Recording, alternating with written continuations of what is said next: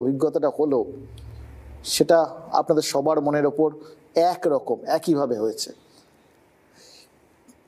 এটা তো অন্যরকম অভিজ্ঞতা, মানে আমি জানি না চাকরি চেয়ে এফআইআর এর কপি পাওয়া, স্কুলের বদলে লক আপ পাওয়া, এরকম অভিজ্ঞতা আর কারোর কখনো হয়েছে কিনা, কিরকম অভিজ্ঞতাটা হলো? স্যার, আমরা ইন্টারভিউ বঞ্চিত আপার প্রাইমারি চাকরি প্রার্থীবৃন্দ দীর্ঘ 10 বছর যন্ত্রণা নিয়ে আমরা ওখানে মাতঙ্গিনী মূর্তি পাদদেশে আমরা অবস্থান বিক্ষোভ করছিলাম। তো গত 7 নভেম্বর কালীঘাট সাউথ ডিসির কাছে আমাদের মিট করা হয়। তো উনি আমাদের প্রতিশ্রুতি দেন যে 10 দিনের মধ্যে সরকারের পক্ষ থেকে বা শিক্ষামন্ত্রীর পক্ষ থেকে আমাদের পজিটিভ কোনো বার্তা দেওয়া হবে। তো 10 দিন আউট হয়ে যাওয়ার পরে আমরা শান্তিপূর্ণভাবে, যেহেতু মাননীয় মুখ্যমন্ত্রী একজন মহিলা, আমরা মহিলাদের তরফের থেকে আমরা সব মেয়েরা খুব শান্তিপূর্ণভাবে ওনার কাছে ডেপুটেশনটা জমা দিতে আসছিলাম। ডেপুটেশনটা কি, যেটা 2016 সালে প্রকাশিত হয় 20শে সেপ্টেম্বর। ওখানে মানে সুন্দর করে লেখা রয়েছে যে ইন্টারভিউর 15 দিন আগে পর্যন্ত যত সিট আছে সেই সিট আপডেট করে টেট পাস 10দের নিয়োগ করতে হবে। তো 14 সালে একটা নিয়োগ প্রক্রিয়া শুরু হয়ে এই 24 আসতে গেল, দীর্ঘ 10 বছর কোনো নিয়োগ নেই। আমরা সেই ডেপুটেশনের আকারে মাননীয়ার কাছে শান্তিপূর্ণভাবেই আসছিলাম, যেহেতু মাননীয়া আমাদের প্রথম মুখ্যমন্ত্রী মহিলা মাননীয়া মমতাময়ী। তো ওনার নামের সার্থকতা আমরা চাচ্ছিলাম, আশা করেছিলাম যে ওনার ছত্রছায়ায় বা ওনার যে হাত, মমতাময়ী হাত, উনি আমাদের হাতে বাড়িয়ে দেবেন। কিন্তু কি করলেন, ওনার যে হারমাদ বাহিনী পুলিশ উনি লেলিয়ে দিলেন। কিন্তু আমাদের মানে কোনো একটা প্রার্থী কোনো পুলিশের গায়ে কোনো আঁচড় দেয়নি, কোনো ঝুট ঝামেলা করেনি, টেনে হিসড়ে আমরা করিনি, কোনো চাকরি প্রার্থী করেনি। কিন্তু আমাদের এটা বলা হয়েছে যে 353 যে একটা আইন বিধি আছে, সেখানে বলা হয়েছে যে আমরা নাকি পুলিশদের আক্রমণ করেছি। কিন্তু আপনি ফুটেজ দেখবেন, আমাদের কাছে ভিডিও আছে, আপনি যদি চান আমরা দিতে পারি। আমাদেরকে প্রচণ্ড মানে টেনে হিসড়ে চুরির মুঠি ধরে চ্যাংদোলা করে একটা মহিলা, সে মানে জামা ছিঁড়ে দিয়েছে, খামচে হিসড়ে টেনে হিসড়ে আমাদের টানতে টানতে পিছন বেড়ে তুলে নিয়েছে। কেন? আমরা এই যে কেনর উত্তরটা আমি সারা পশ্চিমবঙ্গর মানুষের কাছে এই যে উত্তরটা চাই, যে আমরা কি পড়াশুনো করে খুব ভুল করেছি? পরীক্ষা দিয়ে পাশ করে, টেট পাশ করে আমরা খুব ভুল করেছি? কেন আমাদের এরকম করতে হবে? আপনারা তারপরের ইয়েটা হচ্ছে যে আপনাদের জেলে রাতটা কাটাতে হলো। রিয়া দেবী, এই অভিজ্ঞতা কখনো হবে ভেবেছিলেন? কোনোদিনও ভাবিনি যে এরকম অভিজ্ঞতা কখনো হবে। আজ পাশ করে 10টা বছর ধরে আমরা বঞ্চিত, 10টা বছর ধরে। আজ আমাদের 556তম দিন ছিল। কখনো ভাবিনি, বাড়ি থেকেও বলে আসিনি, কোনো প্রস্তুতি ছিল না, কিচ্ছু ছিল না। এমনকি বাড়ির লোকেদের সাথে যে কন্ট্যাক্ট করবো সেটুকুও করতে দেওয়া হচ্ছিল না। দিদিরা কেঁদে ভাসিয়ে দিচ্ছে। একজন অটিস্টিক চাইল্ড, একজনের 4 মাস বয়স, বাচ্চাটা দুধ না দিলে খেতে পারবে না। তা ওদের মন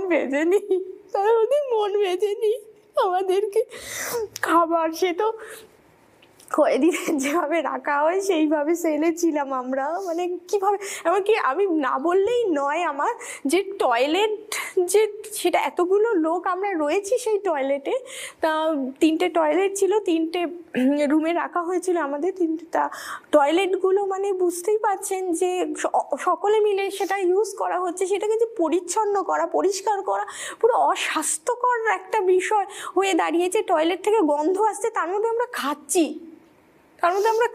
আমরা কিভাবে কাটিয়েছি, মাথা যন্ত্রণা করছে, কারোর ভমিটিং হচ্ছে, সেই ওষুধটা পর্যন্ত আমাদের ঠিকভাবে দেওয়া হয়নি, সেই পরিষেবাটা পর্যন্ত কিভাবে যে কাটিয়েছি রাতগুলো চিন্তা করতে পারবেন। মানে বিভীষিকা হয়ে গেছিল আমাদের কাছে। বিভীষিকা, আমরা কি দোষ করেছি বলুন, আমরা কি দোষ করেছি? আমরা পাস করেছি, আমরা হবু শিক্ষক, আমাদের এই অবস্থা হয়েছে। আজ রাস্তায় পড়ে আছি তো ঠিক আছে, ভালো কথা, রাস্তায় পড়ে গেছি, জেলে পর্যন্ত কয়েদিদের মতো ব্যবহার।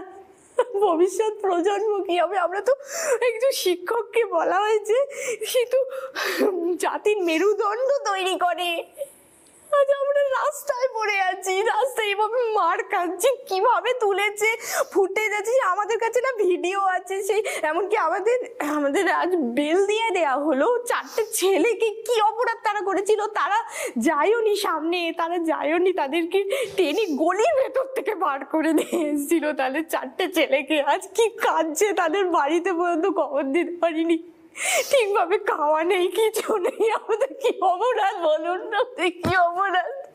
আমরা পাস করেছি, শিক্ষক হকের চাকরিটা চেয়েছি, সেটা আমাদের অপরাধ?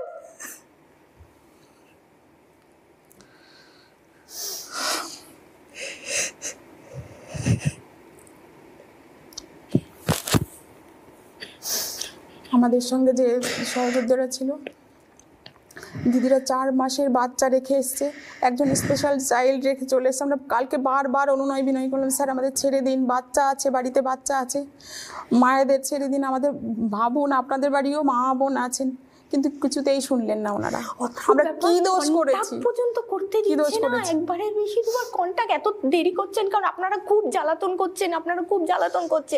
কেন একে ফোন করো, ওকে কেন বলে আসেননি বাড়িতে? আমাদের বলছে বলে আসেননি বাড়িতে যে আন্দোলন করতে আসছেন, বাড়ির লোকরা জানে না কেন? দাবি ছিল, দাবিটা আপনারা এই যে মানে আমি জানি না, আজকে ভয়ঙ্কর অস্বস্তি লাগছে আপনাদের সামনে এরকম ভাবে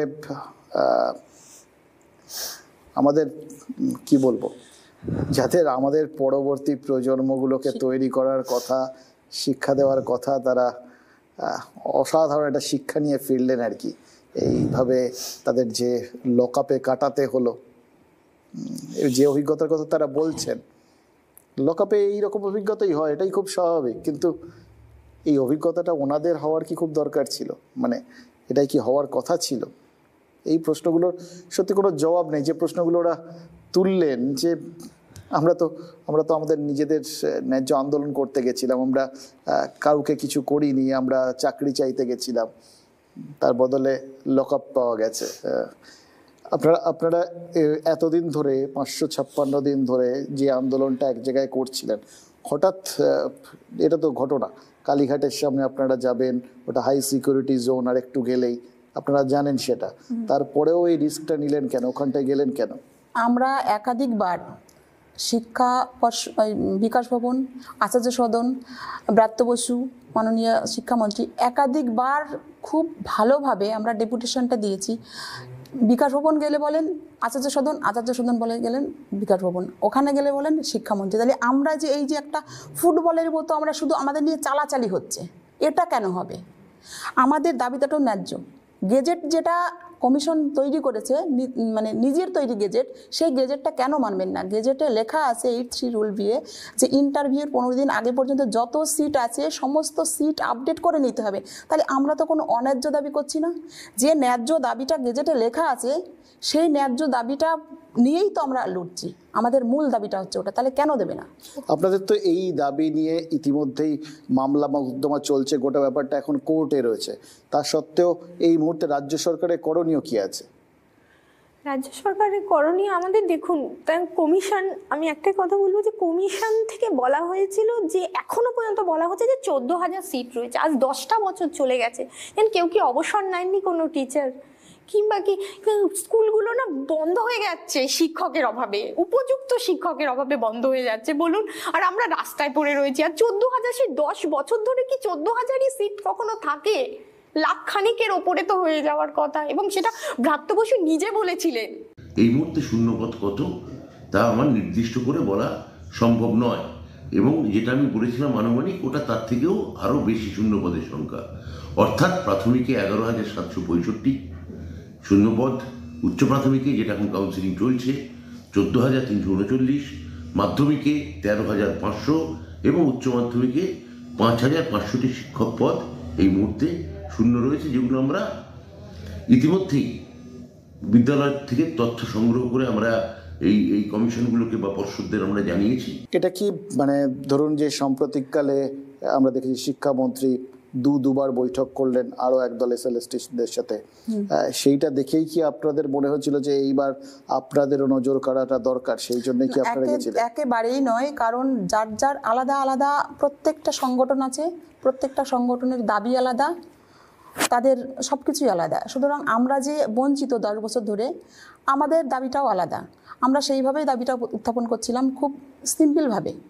তো আমার একটাই প্রশ্ন এই পুরো পশ্চিমবঙ্গবাসীর উপর, যে যেখানে বর্তমান শাসক দল ঠিক টাইমে যদি নির্বাচন না হয়, নির্বাচনের জন্য যে আইনি প্রসেসগুলো সেগুলো মানে খুব তাড়াতাড়ি করে যে ডেট ফেলা হয় হিয়ারিংয়ের জন্য, সেটা নিজেদের স্বার্থে যখন তাড়াতাড়ি করে এরকম ডেট করে ওনাদের সলভ হয়, তখন শিক্ষাই জাতির মেরুদণ্ড, সেখানে 10টা বছর 14 থেকে এই 24 সাল হতে চললো, এই 10টা বছর আমাদের এই নিয়োগ প্রক্রিয়াটা নিয়ে কেন এত ডিলেমি হবে? আমার যে আইন বিশেষজ্ঞ তাদের উপরেও আমার এই কোশ্চেনটা থাকলো যে কেন আমরা এই দোলাচলের মধ্যে থাকবো? শুধু আমরা বঞ্চিত হচ্ছি না, আমাদের সঙ্গে সঙ্গে কিন্তু এই যে ভবিষ্যৎ প্রজন্মগুলো তারাও বঞ্চিত হচ্ছে। আজকে তার ধাক্কা দিতে গিয়ে অভিজ্ঞতা তো হলো, ধাক্কা দিতে গেলে কি হয় আপনারা দেখলেন। ভবিষ্যতে এরকম রাস্তায় আর যাবেন? অবশ্যই, কারণ আমরা তো 2-1 জন মিলে প্রার্থী এখানে ঠিক করি না, আমাদের একটা আলাদা ইউনিটি আছে। আমরা কি করব না করব সবাই মিলে আলোচনা সিদ্ধান্ত করে আমরা পরবর্তী সিদ্ধান্তটা পরে নেব। তবে যতদিন না পর্যন্ত আমাদের দাবিটা পূরণ হচ্ছে, গেজেট মেনে ইন্টারভিউ 15 দিন আগে পর্যন্ত সমস্ত স্টেট পাস টেনদের নিয়োগ না হচ্ছে, ততদিন আমরা আমাদের মতো কর্মসূচি চালিয়ে যাব। কারণ আমরা কোনো সাদা খাতা জমা দিইনি। মানে যাদের রাজনীতি করার কোনো অভিজ্ঞতা নেই তারা আপনারা এরকম একটা আন্দোলনে গেলেন, এবং এই আন্দোলনে এরকম জায়গায় গেলে কি অভিজ্ঞতা হয় সেটা আপনারা উপলব্ধি করলেন। এরপরেও আপনারা মানে পারবেন এরকম জায়গায় যেতে? আপনাদের বাড়ির থেকে অ্যালাউ করবে? দেখুন, আমাদের বাড়িতে সাপোর্ট আছে বলেই তো আমরা নিশ্চয়ই এভাবে এগিয়ে যেতে পারছি। কেননা তারা সকলেই জানে যে আমরা কোনো অন্যায্য নই, অন্যায্য করি। এবং আমরা যখন বাড়ির থেকে বেরোই না, তখন আমার বাবা মারা না আমাদের মুখের দিকে তাকিয়ে থাকে যে বাবা মা তোরা কবে সুখবরটা আনবি। এক একজনের বাড়ির অবস্থা কল্পনা করতে পারবেন না। বাড়িতে আমরা তো সবাই শিক্ষিত, কিন্তু তাদের এক একজন দাদা দিদিরা যাদের বাবা মা প্যারালাইসিসড, অনেকে বোন অথিস্টিক, মানে সে এমন, আমি উত্তর 24 পরগনার মেয়ে, তা একজন দাদা ভাই রয়েছেন যিনি তার বোনকে, অথিস্টিক চাইল্ড, মানে তার বোনকে তিনি সমস্ত কিছু খাইয়ে টাইয়ে রেডি করে বিছানায় উনি তুলে দিয়ে আসেন। আবার মঞ্চ করে যখন বাড়ি ফেরেন তখন বিছানা থেকে নামিয়ে বাকি কাজগুলো উনি করেন। ওনার মা লোকের বাড়িতে কাজ করে, এইরকম জোগাড়ের কাজ করে, কেউ কেউ লোকের বাড়িতে কাজ করে, মুটেগিরি করে। কি বলবো বলুন, এটা আমাদের ভবিষ্যৎ। আজকে আমরা বিএড করেছি, আমরা টেট পাস টেন্ট, আমরা শিক্ষক হবো কোথায়? আজ 10টা বছর চলে গেছে আমাদের, আজ এইভাবে চলে যাচ্ছে। আমাদের কেউ খেতে পায় না, এরকম অবস্থা আমাদের বাড়িতে। দুমুঠো না বাবা মার মুখে দুমুঠো রোজগার দিয়ে না খাওয়া যদি দিতে পারি, সেটা আমাদের পক্ষে অনেক সৌভাগ্য। আজ আমরা এরকম কিভাবে রয়েছে বাবা মা চিন্তা করতে পারবেন না। কোনো যোগাযোগ নেই, কিছু নেই। এইভাবে মাননীয় আপনার কাছে একটাই আমাদের প্রার্থনা, আমাদের জীবনগুলোকে রক্ষা করুন, নইলে শেষ হয়ে যাবো। এমনি আমরা লাশ হয়ে গেছি। আমাদের বাবা মা সংসার সব কিছু শেষ হয়ে যাবে। জানেন এরকম ক্ষেত্রে কি বলতে হয় কি বলা যায়। আমাদেরই ঘরের, আমাদেরই বোনেরা, দিদিরা, এরা সব রয়েছেন আর কি। এরা তো কেউ মানে ওই বললাম আন্দোলন করার জন্য পরীক্ষা দেননি, আন্দোলন করার জন্য পাশ করেননি। এরা তো ওই স্কুলে ঢুকতে চেয়েছিলেন, টিচারই করতে চেয়েছিলেন।